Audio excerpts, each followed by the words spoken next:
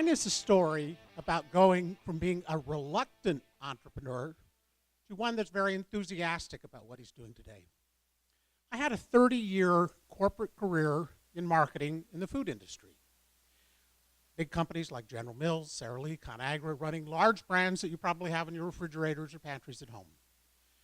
In 2007, I found myself unemployed while the economy was starting to spiral down out of control. And during that time, I read a book that changed my perceptions of finance and investing. That book was Rich Dad, Poor Dad. But in spite of learning the benefits of owning a business and creating passive income flows, for 2 more years, I kept searching for that next corporate job. Why would I do that? Because that was my self-identity. I'd been successful at it for 30 years. And I knew there were advantages to being an entrepreneur, but I wanted the safety and security of a corporate gig.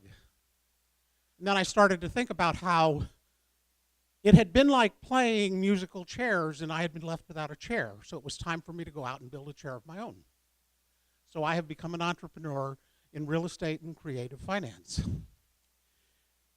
And initially I found it very easy to do the smaller deals, things that I had a lot of control over when I had money of my own that I could use in buying flip properties.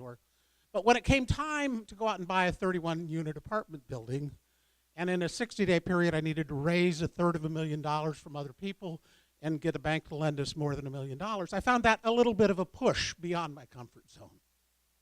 Similarly, I do a lot of private lending to other people that flip houses. And it was easy to take money out of my own IRA and lend it to other people that know what they're doing. But when I decided to do a lot of these loans, in the last 3 years I've done 45 of them, with a cumulative value of over $5 million, and 95% of that I had to raise from other people, that began to stretch my comfort zone. In this journey, it also led me to become an enthusiastic author. I realized that to be effective at raising capital, I had to educate people. I had to tell a story. So I wrote a book about 1 year ago called Harder Working Money. It was easy to write the book. They were my ideas, and I'm a marketer. I can easily write.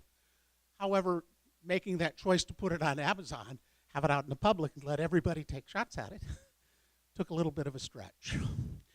The basic story that I want to share at Story Slam is that the success that I've had as an entrepreneur is really, it's no different than all the other people that aspire to create a business. And the only difference may be that when I ran into the obstacles and the limitations, I didn't let it slow me down. I just pushed through the wall. I figured it out. I found a way to make something work. It wasn't always pretty. It wasn't always the most profitable approach, but I've optimized as I've moved ahead. I found courage to become bigger than I was the day before. And that's an important part of my current journey. It's become much more than just how do I earn money for my own family. I want to go from helping a handful of people achieve financial freedom and build substantial wealth to doing that for hundreds and perhaps even more than that. So there's a lot of education that's going on. We're creating generational wealth in ways that don't have the volatility that the stock market does. I know I'm positively impacting people's lives, and that's what's driving me today. I know I'm doing good in the world. The kind of deals that we're doing are win-win-win. Everybody that touches it get what they're looking for out of the deal. And so I have become a very enthusiastic entrepreneur. And I hope that you can find your why like I found mine. It isn't about just being a small player. It's about stepping into the greatness of being the person that you need to be to serve all the people you can serve. Thank you.